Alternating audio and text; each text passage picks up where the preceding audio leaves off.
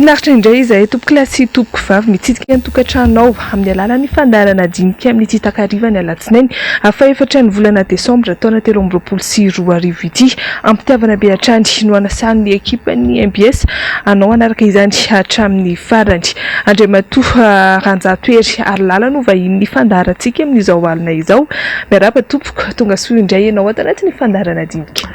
Dia amin'ny fifaliana koa no iarabananao mialy sy ny mpiara-miasa rehetra eto anivon'ny MBS ary sy ndianana amin'izao manokana amin'izany reto teknisianina miaraka amintsika amin'ny dian'io ity ary dia anterina ihany koa ny fiarabanina sy ny firarian-tsoa ho an'ny mpanaraka an'izao fandarana Dinika izao ary dia samita in'Andriamanitra. Akoatra ny mampampianatra azy moa izany dia mpahay-tantara sy akademisianina ihany koa Andriamatoa Ranjatoery rehefa nivahiny teto amin'ny fandarana Dinika ihany izy nisy taona dia izao tafaverina eto indray rehefa noasainy ny fandarana ankasitrahana sady ianao tamin'izay fanekena ny fanasana teto amin'ny fahitalavitra MBS izay. Ia, dia amin'ny fifaliana trano moa no andraisana anjara amin'ny azona mba mitafatafa amintsika eto amin'ny ty fandarana ty ary zavatra natao ahasomba anakariva ny fifampiresahana ny fifanakarozankevitra fa iomby amin'ny hoe ny tokotokon'ny losa manana ny heviny ny hevitry ny maro mahatakadavitra. Zay indrindra mandalo kiondalana sarotra dia sarotra Madagasikara Andriamatoa Ranjatoery amin'izao fotoana izao vidiny fifidianana rehefa nambarany fitsarana avy momba ny lalam-panorenana tamin'ny fomba ofisialy tamin'ny voalohan'ny volana Desambra lasa teo fahalandy tamin'ny Sambato 7 faingo 9 isanjato Andry Rajoelina ahoana ny fahitanao aloha izany ny raharaham-pirenena sy ny rivotra politika iainantsika eto Madagasikara amin'izao fotoana izao. Araka ny voalazanao teo dia kiondalana sarotra tena manahirana izao diavin'ny firenena izao. Ny arahantsika nandray tokoa ny arahantsika nahita ny fanambarana nataon'ny fitsarana avy mba lalam-panorenana ny vokatry ny fifidianana izay natao tamin'ny 12 Novambra lasa teo ary dia fantatsika rehetra ny vokatra tamin'izany.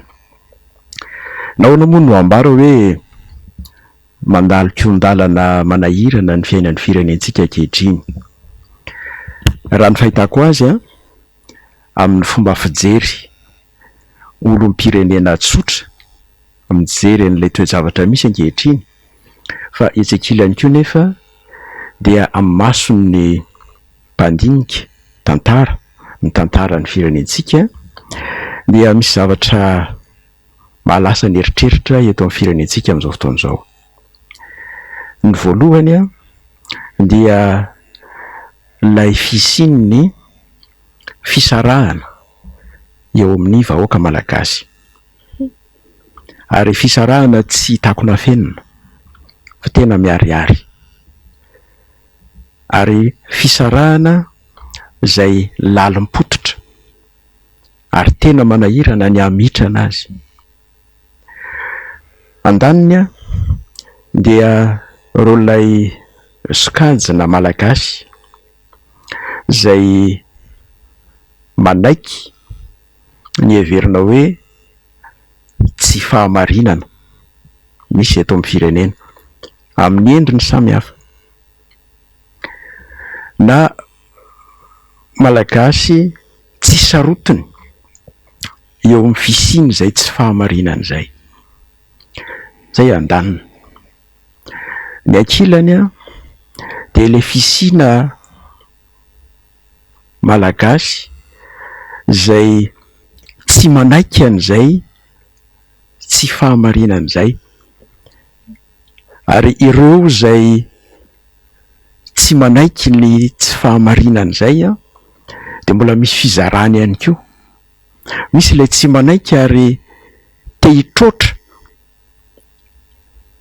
hiaro an'izay ilay fahamarinana tokony ho arovan'izay te hitrotra fa misy indray ilay malagasy ao anatiny ilay sokajy faharoa io ilay tsy manaiky an'ilay tsy fahamarinana kanefa miraviravy tanana tsy mahita atao na tsy tianao nininona fa janona amin'izao fotsiny. Indrindraindrindra eo anatrehan'ilay efa fandangarangana, ilay mety hoe famoretana na fanenjehana ateraka izay mety ho fihetsika atao. Zay zany le zavatra hita aloha hatreto. Fa mbola misy koa endrika fizarany malagasy akoatran'izay. De ilay malagasy andaniny izay mihevitra fa na inona zavatra mitranga eto amin'ny fiainan'ny firenena de mandeha foana ny fiainany. Tsy manahirana azy zavatra mitranga eo, manana zavatra iorenana foana izy. De reny sokajina malagasy reny lasa mety ho tafiditra ao anatina kilalao politika izay ahafahany miaina tsara ihany koa. Anankiray zay. Faharoa, ilay sokajina malagasy izay miady amin'ny fiainana isan'andro ary tsy te heritreritra zavatra hafa akoatra ny isan'andro. Izany hoe voafetra eo amin'ny andavanandrony ny zavatra alehan'ny sainy sy ny fomba entiny miatrika an'izay fiainany isan'andro zay, ary tsy mieritreritra zavatra hafa akoatran'izay izy. Voafetra eo amin'ny fotoana zany izy amin'izay fotoana izay. Fa mbola voafetra eo amin'ny toerana ihany koa, de ny hoe atraiza sy atraiza no ahazoany mahita ny haniko hohaniny. Eo amin'ny faritra kely manodidina ny trano misy azy ve, sa lavidavitra kokoa eo amin'ny fokotaniny, sa eo amin'ny commune misy azy hatreo. Ka rehefa mbola mahavelona azy ahitany zavatra ahafahana mivelona io faritra kely eritreretiny io, de ho azy milamina ny fiainana. Zavatra tahaka izany no iainantsika amin'izao fotoana izao. Izany hoe fiainana samy maka ho azy. Fiainana samy maka ho azy.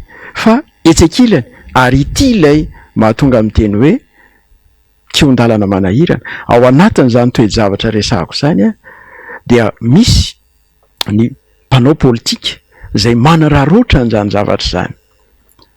Manararaotra an'izany zavatra izany hitazomana an'izay heveriny fa tombontsoa tokony ho tazomina ary ampiasany izay mety ho endrim-pahefana rehetra eo am-pelantanana, tsy andovanana an'izay zava-misy izay ho amina fivoarana arak'izay tokony ho izy amin'ny maha firenenantsika, fa hitazomana an'izay toe-javatra izay amin'izao endrika efa misy azy zao mba ahafahana mifehatrany ilay firenena eo ambany fitantanana. Everika fa ny mpanao politika de olona natao hihevitra ny mahasoa ny vahoaka eo amin'ny firenena anankiray. Na antoko politika, mpanao politika eo amin'ny fitondrana izy, na mpanao politika ivelan'ny fitondrana, manohana na manohitra ny fitondrana, na anelanelany. Fa mpanao politika amin'ny maha-mpanao politika azy dia manana didy hieritreritra an'izay ilay hoe ahasoa ny firenena izay, zany hoe fiainam-bahoaka ao anatiny. Fa ny manahirana ny saiko dia ny hoe mieritreritra an'izany ve ny mpanao politika eto amintsika. Zavatra manahirana zany. Iarahantsika mahita ny hoe tsy mitsahatra mikorosofahana ny fiainan'ny firenentsika. Efa manakaiky ny vodilaharana isika eo amin'ny fandaharana ataon'ny banky iraisam-pirenena sy ireo le rafitra mpandinika momba an'izany eto amin'izao tontolo izao, amin'ny lafiny maro ary mahamenatr'olona izany. Isika nefa firenena tsy misy ady tahaka an'izay firenena hafa any ivelany. Firenena tsy ahitana arety mandripaka. Firenena tsy ahitana loza voajanahary mahery vaika, horohorontany mahery vaika na tondra-drano fanesina tahaka an'izany misy zany eto amintsika amin'ny toetrandro, amin'ny toerana misy antsika amin'ny lafiny geografika, fa tsy zavatra tena hoe tahaka ny fahita ny velany ihany. Zany hoe tsy misy antony zavatra mihitsy zany mitranga eto amintsika eto ivelany lafiny hoe voajanahary zany ka manontohina an'izay tokony hahafahantsika mandroso zay fa tena le avy amintsika malagasy mihitsy zany io le mahatonga atsika ho tahaka an'izao io. Raha reo le karazana toetoetra le endrika karazana olona resahanao teo ireo miampy ny toetra ny mpanao politika amin'ny resaka fanararaotana tsika araka ny tenenao teo mikorosofahana foana hanao ahoana zany noavin'ny Madagasikara ny rapitson'ny Madagasikara raha hoe zany ny zava-misy satria raha ny filazanao zany dia tsy tarery an'le olona iova amin'le fahazarana ve ny tenenana an'izany ireo sikajiny olona izay ny tany sainao teo ireo. Misy fisainana malagasy zay verika fa efa tokony hiadikevitra ihany no hoe mbola mety amintsika ve amin'izao vanim-potoana misy antsika izao sy no avy sa zavato efa tokony ho jerena zay fomba fanamboarana ao anatiny. Ohatra tany ny hazo fa sarotra ny mila tena zavatra iainan'ny olona andavanandro ke zany amin'ny lafiny rehetra tany ny hazo fa sarotra ny mila. Hitantsika ohatra zao tamin'ny fifidianana farany teo fa misy ange olona mpanohana n'Andriamatoa Rajoelina tsy hoe ny karamaina izy anohana na ny tambatambazana izy anohana fa misy tena hoe farisendahatra ho amin'ny mihitsy ny nanohana ny Andriamatoa Rajoelina fa misy indray no mety ho antony zavatra hafa no natonga azy hanohana ary tahaka izany daholo ny zavatra nisy tamin'ireo filoha teo aloha ny fandimby teo amin'ny tantaran'ny Madagasikara. Rehefa maharitraritra eo amin'ny fitondrana ny filoha anankiray dia mitranga ny ady hevitra hoe tsy efa tokony hisy olo ve dia mandeha io resaka io hoe tany ny hazo fa sarotra ny mila satria mety ho tsy te hivadika ato-doha loatra isika amin'ny hoe raha iova olona hafa dia anahoana indray misy tahotra na misy aya ao ambadika izay ary na eo amin'ny fiainan'ny olona andavanandro tsotra fotsiny aza dia izay mahazatra azy ihany no ataony rehefa mety amin'iny dia ataony ho ampy azy zay tany ny hazo fa sarotra ny mila. Tsy vao miala sasakana ve le hoe tahotra sy aya tena zay mihitsy zay le izy dia lasa mahatonga atsika ho miaya loatra ny amin'ny zavatra ho avy. Isika ihany anefa no manamboatra n'izany ho avy zany amin'ny lafiny maha-olombelona zay ary indrindrindra mbola eo koa ilay fieverana anankiray hoe izay miova avitana laniny mamba endrika tahotra ihany koa zany hoe raha toa zany ka manova amin'izay efa mety ho nahazatra dia saodia andehany amints'izy saodia zay le fieverana ny hoe aya saodia zay lasa miteraka fisalasalana dia hoe aleo ihany aloha eto dia mangatangatakandro eo tsika mangatangatakandro eo tsika dia ny fotoana mandeha ihany ary ny zavatra miaratsy ary dia nefa rany dia zavatra iainantsika zany amin'izao fotoana izao lasa eketsika ilay tsy fihetezan-javatra lasa miditra ao anatin'ny fiainantsika davanandro no hoe tsy mahagaga io efa zay foana io hatramin'izay raisika ohatra hoe mety amin'ny masosika ve ohatra ny mahita mpiray tanindrazana amintsika ao anaty dabapako ny maka ny zavatra hohanina sary andavanandro hitantsika zany tsy mahataitra loatra intsony ny tsy fisiny zany aza ny lasa mahagaga indray tahaka antsika rehefa hoe tsy misy fitohanany lalana amin'ny fotoana sasany dia gaga sika hoe ary atao tsy mitohana ny lalana satria ny zavatra efa mahazatra atsika dia le hoe mitohana io ary na ny polisy mandamina ny famovozana aza dia zany no fiteniny alarobia androany tsy mahagaga ny fisiny fitohanana eny Andravoahangy alakamisy tsy mahagaga eny tsy tokony ho izany anefa ny fiainantsika dia zay le ambarako hoe misy zavatra tsy mety kanefa lasa heverintsika ho zavatra tsy mampaninina tena loza ho an'ny firenena zany satria le fisainantsika mihitsy zany ny voadona amin'izay ary zay no mahatonga ny hoe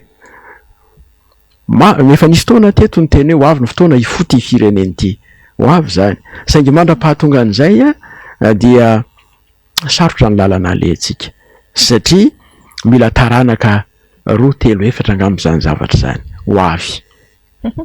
Amin'ny mampampianatra anao ahoana no hanabeazana ny olona isariana sain'ny olona hialana amin'izay hoe le fotom-pisainana ohatr'izay satria efa hita izany hoe sakana tsy isian'ny fampandrosoana le hoe efa ilo le tahotra tsy le fisalasalana ao anatiny mihitsiny.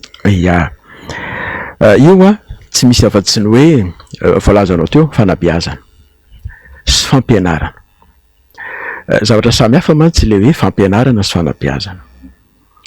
Ny fampianarana dia ilay fametrahana fitariana ny olona anankiray ho amina dingam-pahalalana ahafahany mitombo hatrany amin'ny zavatra fantany ka hoentiny manatsara ny fiainany amin'ny lafiny tena hoe fiainany andavanandro. Iny zany tena hoe fahalalana mahafahalalana azy. Zay le fampianarana. Dia misy ambaratongany izy io. Ny zavatra misy atao amintsika aloha hatreto dia tena ambany dia ambany le fari-pahalalan'ny malagasy.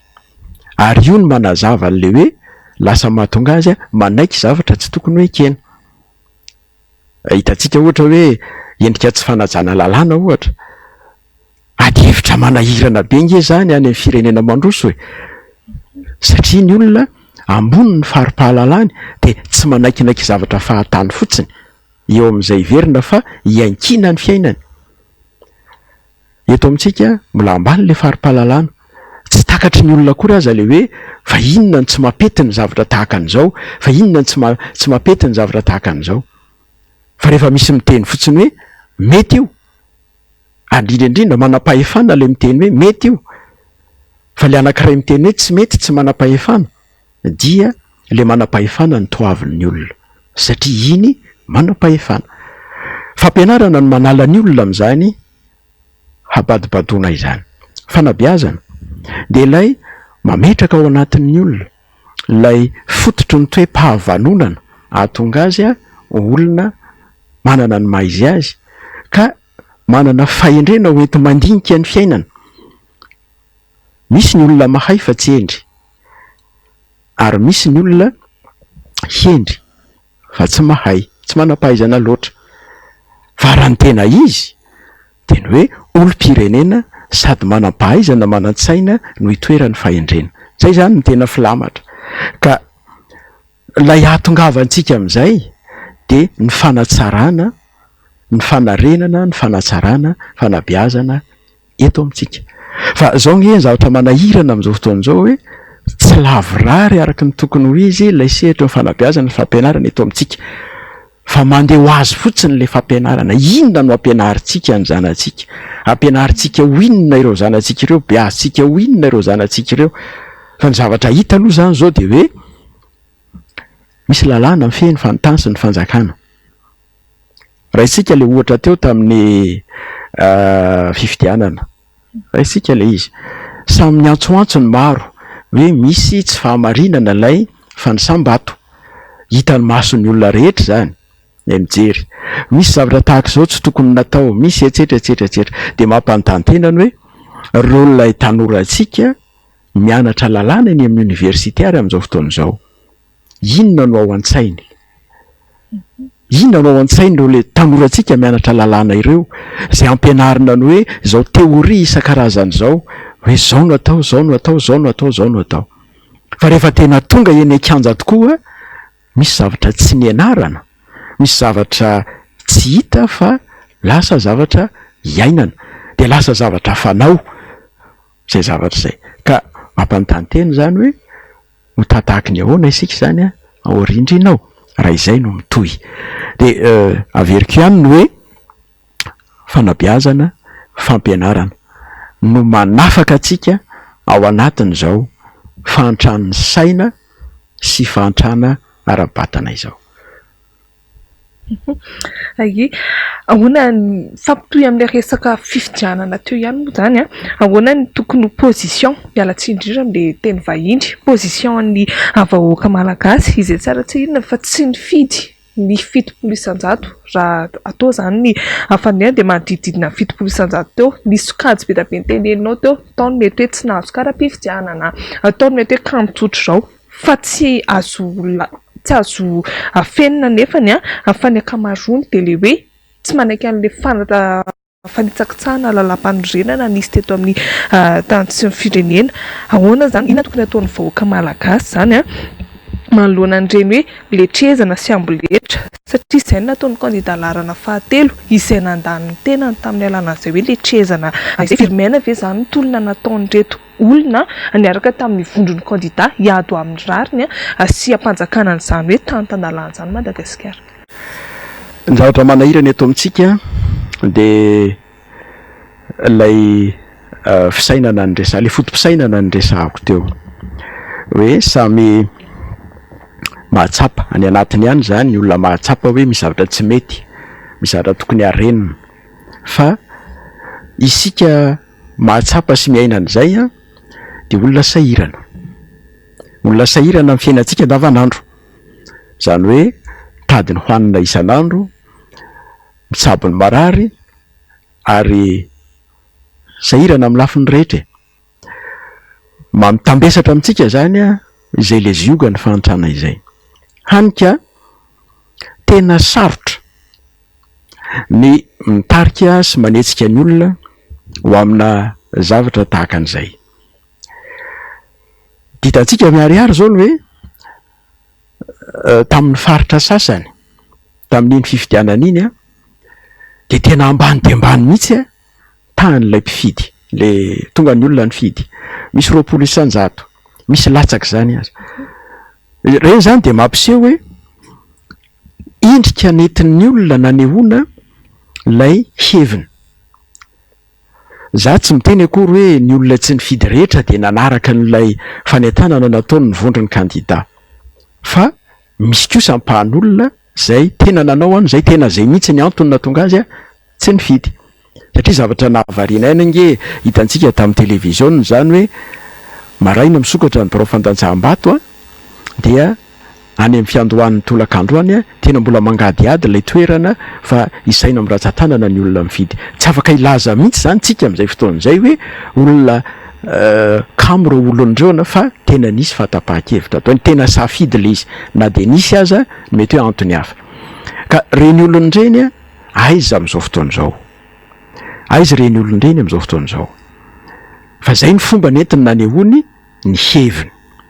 Dia eto zany no mahatonga an'le hoe amin'izao misy fahitantsika na fiheverantsika hoe misy ny tsy rariny, misy ny tsy fahamarinana eto amin'ny firenena izao misy ny fandikan-dalàna sy ny sisa, dia reny olona ireny zany manana an'izay fasafidiny. Reny zany raha manontany ianao le hoe ina no ataon'le vondron'ny kandida zany, dia raha mbola ho tohizan'ny zareo zany lay etsika fanoherana lay veriny hoe le nambarany hoe tsy rariny sy tsy fahamarinana zay sisa, dia reny lay olona ireny zany zay efa naneho ny heviny tamin'ny alalan'ilay hoe tsy fifidianana, reny zany ny tsy maintsy hitadiavany hevitra, tsy maintsy hitadiavany paikady, ny amadihana ny fisiny zany hevitra izany ho lasa hery politika hijoroany hiarovany an'le fahamarinana na hiadiny amin'ilay tsy rariny. Tsy maintsy ho zay zany le izy. Inony zany paikady zany? Anjaran'ny zareo no mijery an'izay le hoe ny aiza ny azony atao, ny atraiza no azony ale sy ny sasany sisa, fa mariana, fa etsekilany. Ny hery politika izay efa mifehy tanteraka ny fitondrana zany amin'izao fotoan'izao dia tsy hamelamela fahatany fotsiny, tsy hamelamela amin'izao fotsiny izany fahefana efa ampelantanana izany ho votsitra mora foana. Ary zay mbola manamafy an'le teny tarem-piandohana hoe kion-dalana sarotra izao toerana misy antsika izao, satria tena ahina ny siny ny fifandrafiana mafy be eo amin'ny samy malagasy raha tsy voafehy zao zavatra izao. Ohatrany ahoana no mety ho endrikendrika izay hoe fifandrafiana izay, satria anisany nanamafy tao anatin'izay ihany koa ny fikambanan'ireo firenena amin'ny teny frantsay na ny OIF mbola nandefatra ireo herinandro lasa izay hoe asio fifampiresahana, aiza ny fifampiresahana, tokony ifampiresaka, ifampidinika ny hery velona rehetra eto amin'ny firenena, satria tsapa ny fitsaratsarana misy eo amin'ny samy malagasy amin'izao fotoan'izao zavatra izay mety hitarika any amin'ny mety hoe fifandonana mahery vaika. Ho anao inona izay hoe fifandrafiana, inona no hitanao anatin'izay hoe fifandrafiana mety iseho izay, ohatrany ahoana ny endrika iseho? Misy endrika anankiroa izy io ny fahitako azy. Ny anankiray fifandonana politika, tena fifandonana politika mihitsy hoe tia vondrona politika ohatr'izao mifandona amina vondrona politika ohatr'izao eo amin'ny sehitry ny hevitra aloha zany zavatra iny andeha ataoko hoe tsy de zavatra tokony agaga zany fa le zavatra tena manahirana zavatra faharoa zany a de lay fifandrafiana eo amin'ny fiainana andavanandro ny samy malagasy ary zavatra efa nitranga teto amin'ny firenentsika io tamin'ny taona 2024 tamin'ny taona 770 raha tsy ilaza fa tsy ohatra anankiroa ny tamin'ny taona 2024 fa tena teo amin'ny fiainana andavanandro ny olona ngeny misy an'ilay fivakisany fisarahany misy fisaraha-panambadiana maro nge vokatry ny fahasamihafan-kevitra politika tamin'ny taona 2024 tena nisy mpivadiny saraka nisy mpiray-tapo lasa tsy mifampiteny tsony nisy mpiray fiangonana lasa mpifahavalo nisy mpiarahamonina lasa mpifandrafy ary zay le fivakisana ao anatin'le fiarahamonina ho tonga amin'izany ve sanatriny zany de tamin'ny 770 misy tarazo lalina be nateraka zany le hoe ty MDRM ty padesme fa manaka ankehitriny ange mbola misy taranak'olona mpirahalahy amintsika amin'ny teny zao mbola mitazona n'ilay ozina nataony ny ray aman-dreny tanelo hoe raha mbola taranako de misy toy an'izay le ty taranaka MDRM ty taranaka padesme de tsy tafaharo mihitsy le taranaka ty orena efa tsy mahazo loatra tsony efa inona ny fototra iorenan'ilay tsy fifankahazona zay le lazaiko hoe fifandrafiana lala ka manahirana zay fa zavatra fahatelo de ny hoe ao anatiny zao te zavatra misy atsika izao io zany andre mato rajoelona fa izy zany nambara hoe lany filohan'ny repoblika ampahana malagasy vitsy no nifidy azy satria ny atsasaky ny mpifidy no nifidy zany a ny voasoratra anarana sy ny sisa ary mbola ny ampahany kely tamin'izay koa no mbola nifidy azy zany de midikany zany a asa moana firy tapitrisa moa le isa mifidy le raika ambin'ny folo tapitrisa de ndro tapitrisa maherika zay no fidiny reo le marobe zay no ny antony samy hafa ireo zany a hoe tsy nifidina tsy afaka nifidina ohatran'izany a reo ne misy apahany am'ireo olon'ireo ne mety tonga am'le hoe midongo fotsiny ohatra hoe noho ny fahasorosorenany noho ny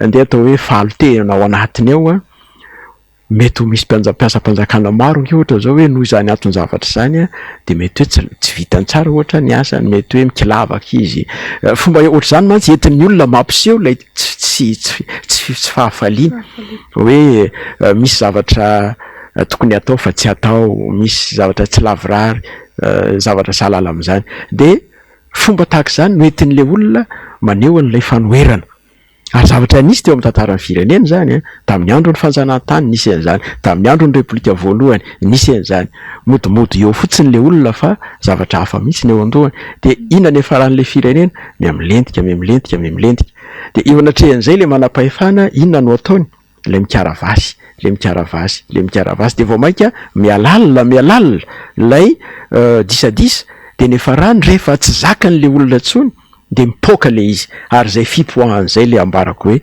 zavatra mahery vaika ahina tsy zavatra mety eo anatin'ny ray volana na roa volana na herintaona nge zany fa mety ho aorinan'izany fa zavatra manahirana foana zany vity ny fifidianana araka rehefa nantitra terina teto nefa voalazanao teo ihany koa ny tokony ataon'ny vondron'reto kandida inona kosa ny tokony ataon'ny fianakaviabe iraisam-pirenena ny communauté internationale manoloana an'izao hoe zava-misy zao ny tena fahatsoa-kevitra lehibe amintsika malagasy a dia ny andeha ataoko hoe isika misarisary zoro foana am'ireo le fianakaviam-be raisam-pirenenareo reo ne tsy hanao nininina reo a fa hanajantena fotsiny reo hitantsika ohatra ny hoe tamin'ny taona 2024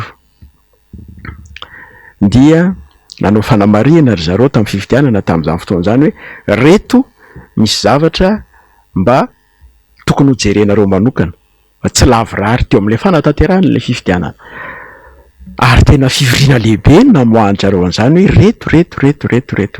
Tonga teto ny SADC, tonga teto ireo ilay fikambana resam-pirenena samihafa, mpamatsy vola sy ny sisa ireo hoe ny vondrony Europeanina sy ny sisa. Reto.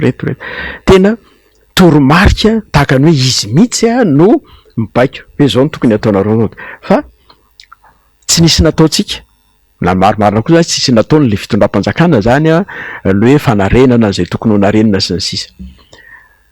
Raha ny marina zany, raha ny tokony ho izy zany amin'ny hoe fiaraha-miasa amin'ireo le vondrona iraisam-pirenena ireo dia tokony hoe nanaraka n'ilay toromarika zany hoe ity tokoa tena tokony zao, ohatra raisiko ohatra zao hoe ny lisam-pifidianana hoe tokony namboarina natao izay halavorary azy. Tsy de sarotra ngeny ianao an'izany fa finiavana sy fandavan-tena ny azona manao an'izany, fa zay nefa tsy natao le izy. Na mety hoe natao ihany fa tsy natao araka ny tokony ho izy. Hitan'ilay fianakaviam-by iraisam-pirenena fa tsy nandeha amin'ny laoniny le izy. Hitan'ilay fianakaviam-by iraisam-pirenena hoe reto misy olona tanam-polo maneho ny heviny ary tsenaina bomba lacrymogène sy anaovana fihetraketrahana sy ny sisa. Hitan'ilay fianakaviam-by iraisam-pirenena zany de manao fanambarana izy. Fa izao izy amin'ny maha-fianakaviam-by iraisam-pirenena azy tsy hitsabaka mihitsy aty amin'ilay fiainana anatintsika satria hiteraka olana eo amin'izy samy izy zay. Tsy azontsika adonoina nge fa ireo ilay firenena lehibe ireo mahay mifandamina ireo amin'ny fiarovany tompontsony, manaiky ireo amin'ny fifandaminana efa nisy tany amin'ny taonjato roa talohantsika. Fantatrao angamba, fantatry ny maro zany antsoina hoe fionam-be ny firenena lehibe tany Berlin zany tamin'ny 495 sy 1900. Lay nizarazarandry zareo ny faritra ivelan'ny Europa hoe ty any.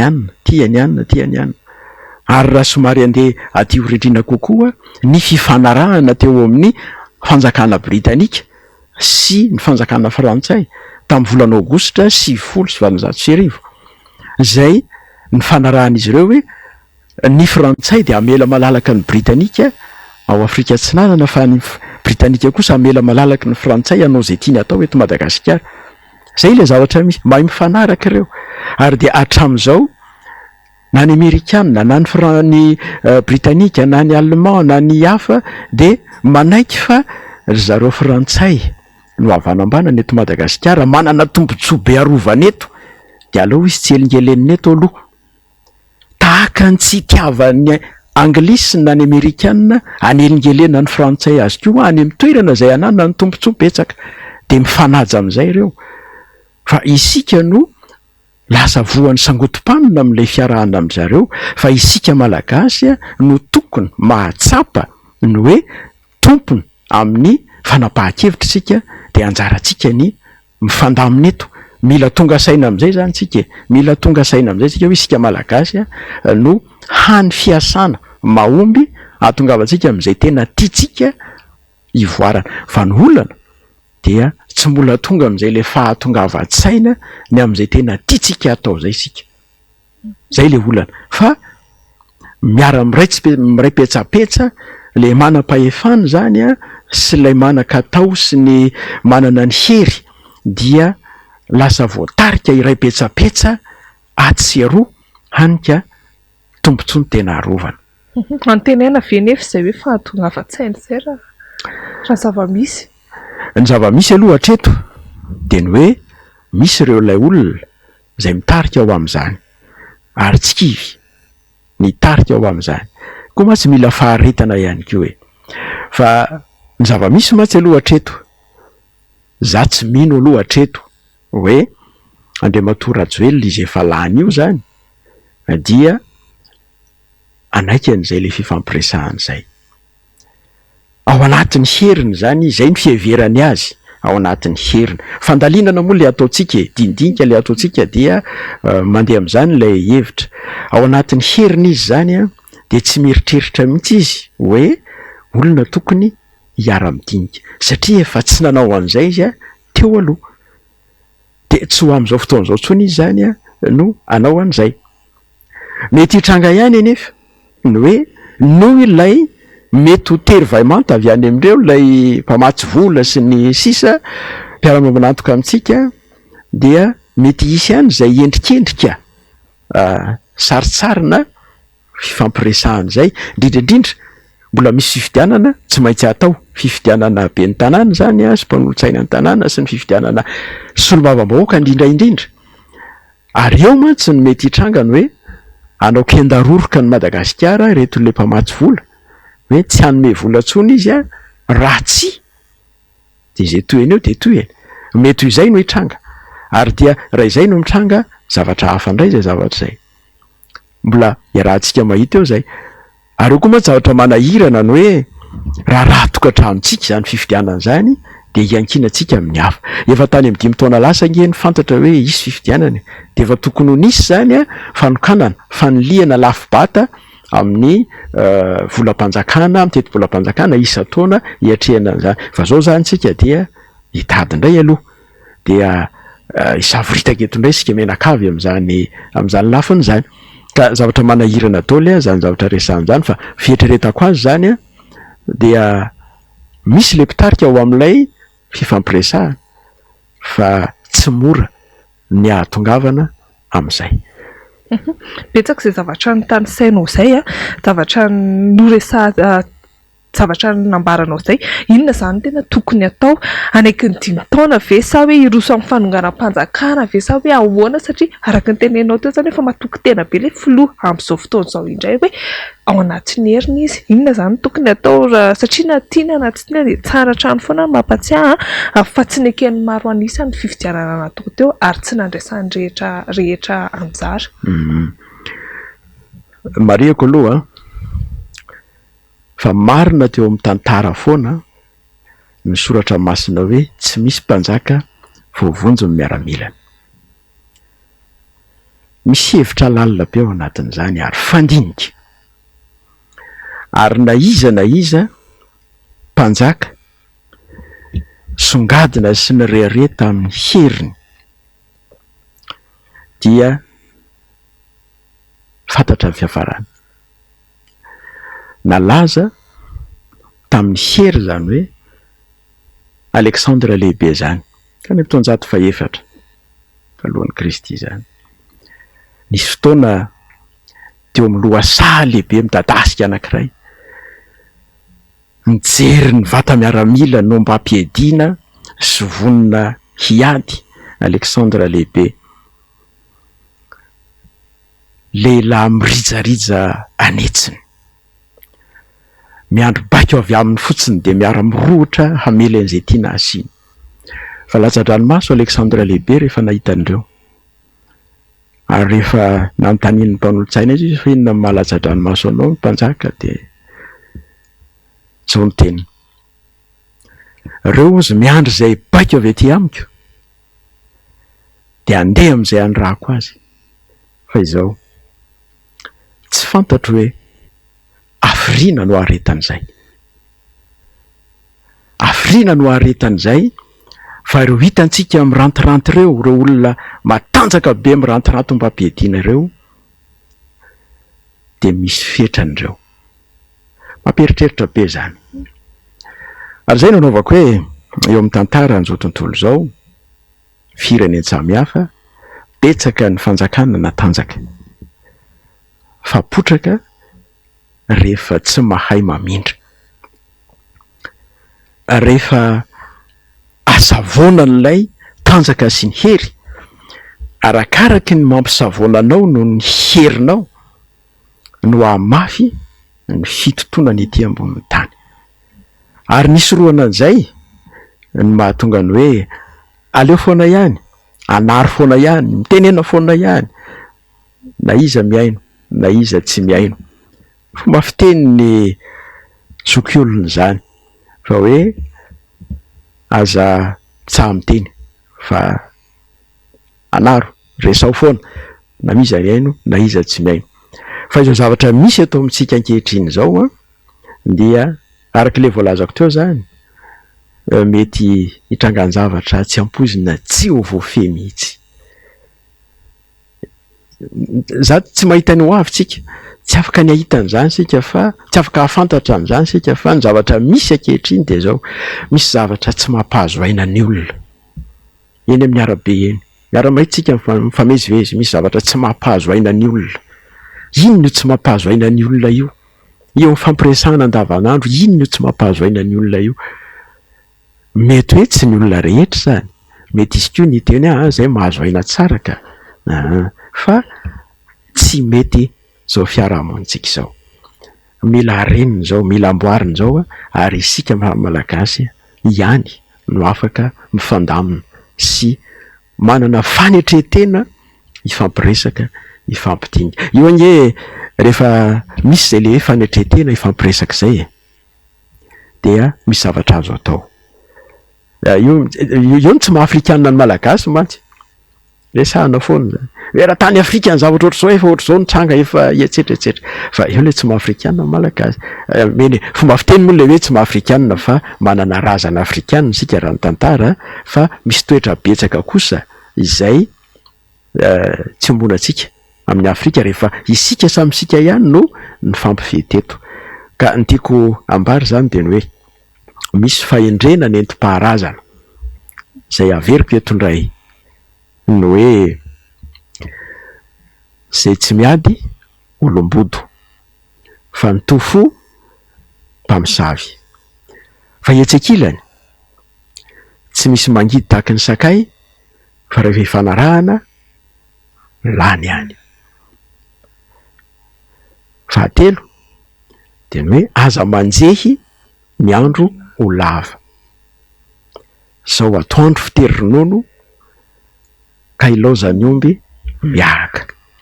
Fa indendrazana ataony zany, dikan'izany de hoe misy zavatra atao amin'ny fotoana tokony hanaovana azy, fa raha tsy zany dia tsy araka ny tokony ho izy ny vokatra azo. Mazava be zany sady misy lesona ngeza be hoe azo raisina sy tsy hohana ho antsika rehetra le tokantrano ihany, ny olom-pirenena rehetra mihitsy. Efa natsidika eo teo ihany raha-pirenena moa no resaka, tsy nitsahatra nanao tombana mikasika ireo firenena afrikana ny banky iraisam-pirenena, anisan'izany Madagasikara. Voasokajy ao anatin'ny firenena mahantra indrindra maneran-tany isika amin'izao fotoana izao, raha ny fanadihadiana nataon'izy ireo farany ary lohalarana mihitsy aza amin'ny taham-pahatrana 20.7 isan-jato, firenena nisan'ny manan-karena nefa i Madagasikara na arena ambony tany zany na an-dranomasina. Anao ahoana zany ny fiainan'ny malagasy amin'ny rahampitso raha mitoa zao zava-misy zao, satria tsara tsy ivona fa le fanjakana 5 taona lasa zay nampahatra ny tena hoe nanasongadina hoe nampirosofana Madagasikara indray ty no verina eto amin'ny fitantanana ny firenena. Ny zavatra manahirana de misy lafiny anankiroa. Ny voalohany araka va niresahako taream-piandohana izy le hoe ny mpanao politika eto amintsika ve tena mieritreritra ilay ampandroso, tena zay ve sa saritsaliny fotsiny le aseho fa le ao ambadika de misokajin'olona natao ampandrosoana manokana fa tsy natao any be sy ny maro le izy. Zany fanontaniana mitranga, satria raha le hoe ny zavatra nambaratra amin'izay hoe fampandrosoana de tokony ho ny azakazaka mihitsy zany ny fandroso ny fiainan'ny malagasy. Tsy zany nefa ny zavatra hita, fa le nambaranao teo le hoe mitsontsorika le fiainan'ny firenentsika, miamahantra isika. Le lafiny anankiray. Fa lafiny faharoa tsy azo adonoina de isika malagasy mihitsy koa nge no anton'le fantrantsika. Isika malagasy mihitsy koa. Efa nambarako tare aloha le hoe misokajina malagasy samihafa ao anatiny ao, de somary idirako lalinalina kely le izy zany zao. Misy le olona zay tsy mieritreritra ny hoe inona ny tokony hovana ao anatin'ity rafitra iainantsika ity, fa manaiky hoe io ny rafitra misy de tsy afaka anao inona amin'io ianao, efa zay foana hatramin'izay. Le fomba fisainana zany. De ao anatin'io zany ianao no milalao, misy malagasy miaina ohatran'izay.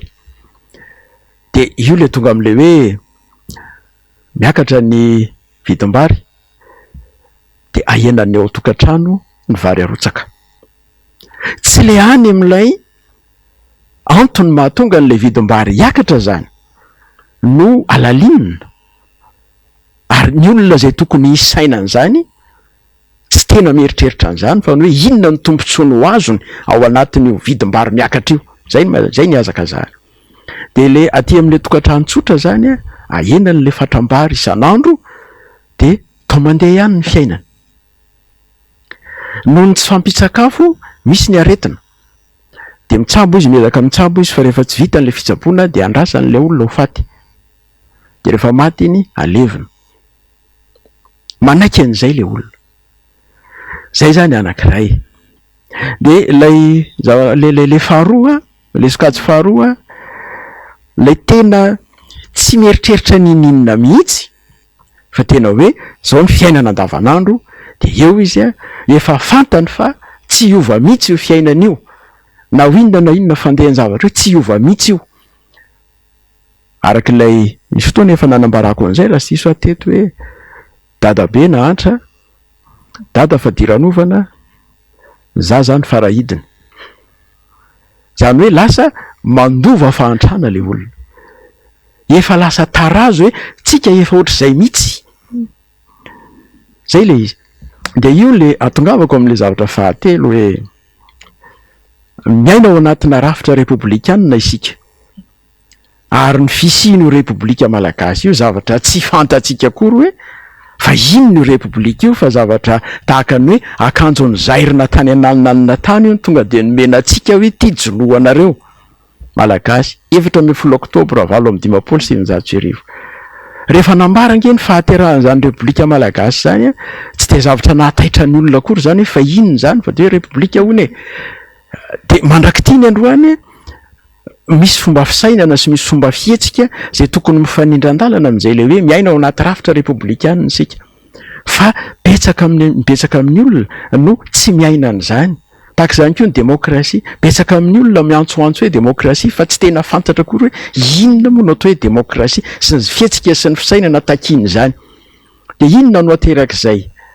Miaina ao anaty rafitra republikanina sy demokratika, ara-podik-hevitra isika, fa ilay fisainana entitsika mifampitondra ao anatin'le izy eo, ary tafiditra ao na mpitondra fanjakana na tsy mpitondra fanjakana na vahoaka tsotra, le fotom-pisainana, le fisainana entitsika mifampitondra ao anatin'izany rafitra zany de fotom-pisainana mbola tena ahitana ny tarazony fanjakan'andriana. Zay ny zavatra misy. De io sika io sika malagasy manompo olona io.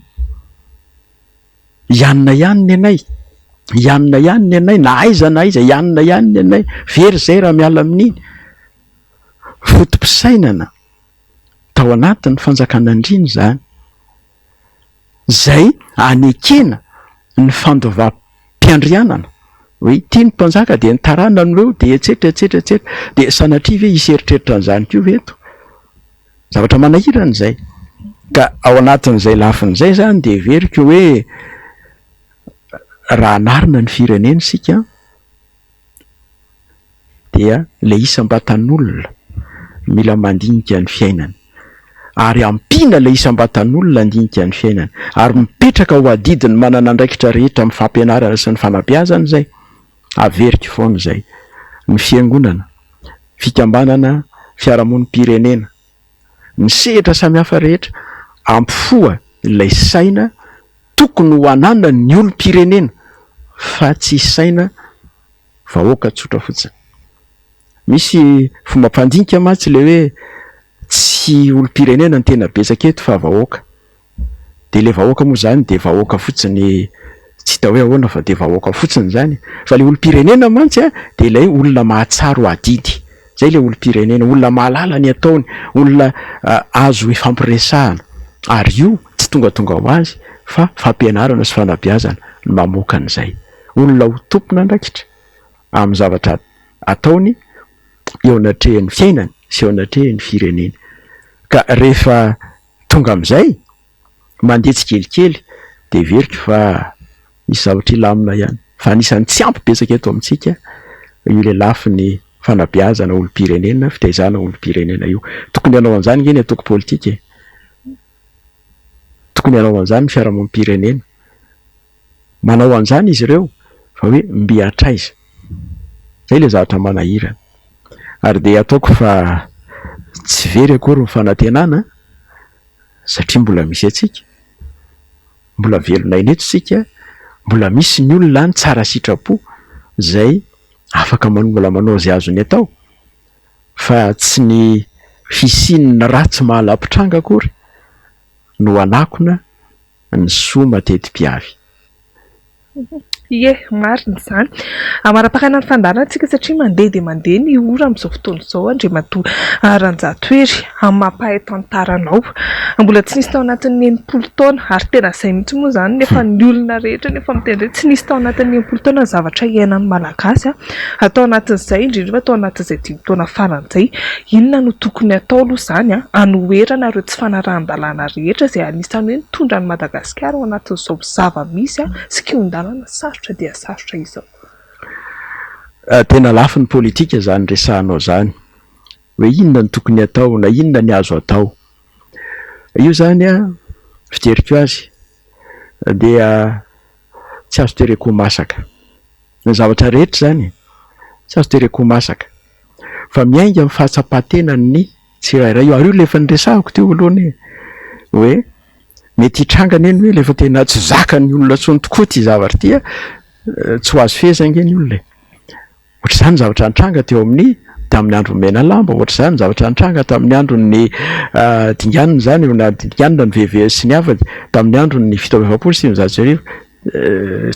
Rehefa tsy zakan'ny olona tsony sarotra ny feny raha tsy voatanany miaramila sy ny manam-piadiana zany. Tamin'ny taona 2017 ane nahita mason'izany ny tena sy ny sisa tsy voatohitra zany, tsy voatohitra zany. Ka zay anaovako hoe tsy tereko masaka zany fa io manana ny fotoanany. Ary ny rariana dia ny hoe tsy isiany malagasy mifandratra, tsy isiany malagasy mifanapotika, fa mbola ambara foana le hoe tenim-pahendrena. Rehefa mbola tokony ho ataony miresaka dia aleo miresaka, aleo mifampidinika fa vontenany zay minitsy miaino, manatsofina fa tsy te hiaino vontenany zany, fa tsy misy vahaolana mahomby sy maharitra fa tsy ny hoe fifampiresahana ary ho amin'ny fiarahana mizotra makany amin'ny tena mahasoa ny tsirairay. Tsisy olona adala korika hoe ndeha atao hoe ifanenjana foana isaky ny mihetsika, fa azo atao foana ny mijery zay zavatra iombonana ho an'ny firenena. Na iza zany hitondra ny firenena dia tokony ho zany ny zavatra ao anatin'ny saina hoe tsy ny an'ny tena samirery fa misy tombontsoa iombonana ho an'ny firenena manontolo ary taranaka ho avy, zay no banjinina. Ka raha miteny ianao hoe inona ny tokony atao hanoherana n'izao ny fanoherana ny tsy fahamarinana ne misy endrika samihafa. Isika tsirairay avy dia afaka manohitra n'izany tsy fahamarinana zany, manohitra ny kolokolo, manohitra ny totondro vola etseroa. Fijoroan'ny tsirairay zany dia efa afahana mandresy an'izany. Fanabeazana ny fiangonana ny hoe fijoroana ny fahamarinana sy ny fahamendrehana. Firy amin'ny malagasy ny kristianina. Raha tena miaina n'izay le fiainana kristianina izay tokoa, ny tsirairay dia efa resy ny tsy fahamarinana. Firy amin'ny mpitsara eto Madagasikara no diakonina, mpandray fanasan'ny tompo. Fa iza no manao an'izany tsy fahamarinana sy tsy fahamendrehana zany. Maro amin'izany anie ny mety efa kristianina ihany koa. Na zay le hoe fijoroana amin'ny maha-kristianina zay aza no hijoroantsika dia efa resy ny tsy fahamarinana. Fa hatreto tsy mbola zay aloha ny zavatra misy, dia misy ezaka mafy be zany tsy maintsy mbola atao. Ary eo ny hoe iza no mitarika zany mbola mistery, fa ny tsirairay avy no mitarika ny tenany ho amin'izany fijoroana amin'ny fahamarinana zany. Zay aloha ny zavatra hita hatreto. Fa ny hoe fipoahan-javatra na tahaka an'izany tsy azo tereko masaka zany fa tonga amin'ny fotoana.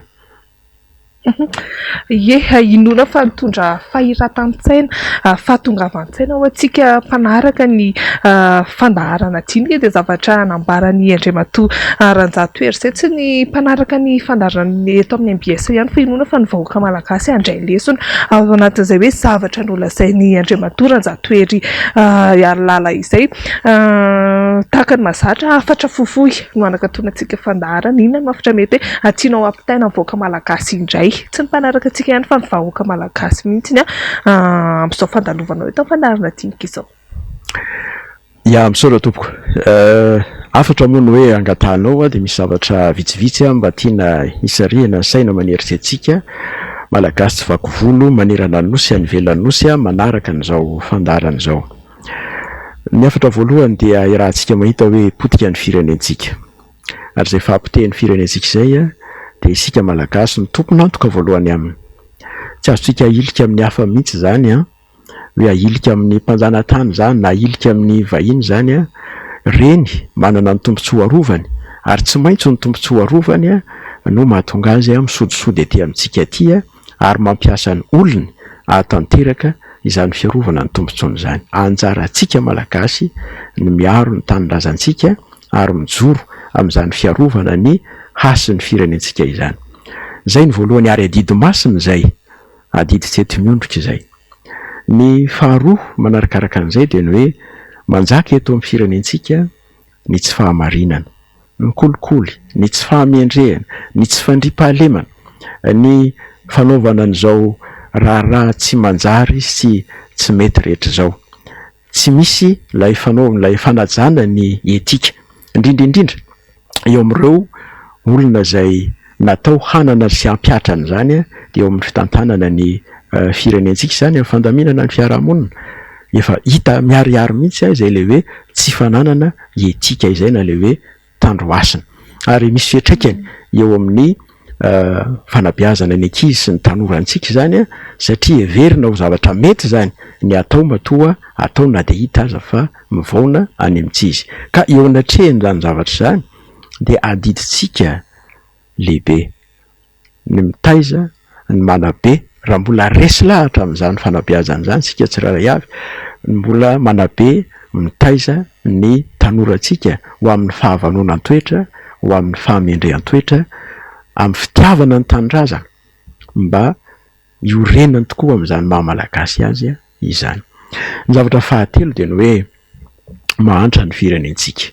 Azany fantrany ny firenentsika izany dia misy ny avy amintsika tsirairay avy, le toe-tsaintsika mianona amin'eo eo ihany, fa tsy dia manana fahasahiana loatra hitifitra lanitra sitranay mahavotendrombohatra. Eto izany dia mitodika amin'ny tanora malagasy manokana ny hoe aokisika aoka ianareo tanora hijery lavitra ary andinika ny amin'ny ho avy amin'ny fanorenana ny fiainanareo sy ny fiainan'ny firenentsika ny amin'izany fiariana eto amin'ny firenena izany. Fa anjakan'ny vahiny ny firenentsika mandrato fahaizana, mandehana mandrato fahaizana amin'izay sehatra sy toerana ahafahanareo manao an'izany, fa miverena eto tanindrazana hanavitra ny firenentsika, hitondra ny fahaizana sy ny fahalalanareo ho amin'ity firenentsika ity. Ary ianareo no ho avy ny firenena fa zavela iondrika tahaka an'izao ny firenentsika. Ary ny afatra fahaefatra farany dia ny hoe na dia izao aza ny zavatra misy eto amin'ny firenentsika dia tsy tokony very fanantenantsika, tsy tokony hisy fahakiviana, fa ny hoe zay azo atao amin'ity an'io ity dia ataontsika ho an'ny firenena, zay azontsika atao ho amin'ny rampitso dia ataontsika ho amin'ny rampitso, dia samy velonaina anasoan'ny Madagasikara. Misaotra tompoko. Eny ary mafonja izay afatra napetraky Andriamatoa Ranjatoery izay ao antsika rehetra mihitsy moa izany vahoaka tsy ankanavaka, tsisy hoe ho an'ny anona ny anona fa ho antsika mainakavy mihitsy izay ahafahana misaina hitondrana fampandrosoana hitondrana zavatsoa nyity firenentsika ity. Mifankanatra ihany koa ny fandaharantsika amin'izao alina izao ankasitrahana ianao Andriamatoranjatoery ny vahiny teto amin'ny fandaharana tamin'ity androany ity. Isaorana betsaka ihany koa ianareo mpanaraka ny fahitalavitra sy ny ojam-peon'ny MBS tsy nisaraka taminay sy niara-dalana taminay hatramin'ny farany. Izay ary no izy fa dia veloma tompoko.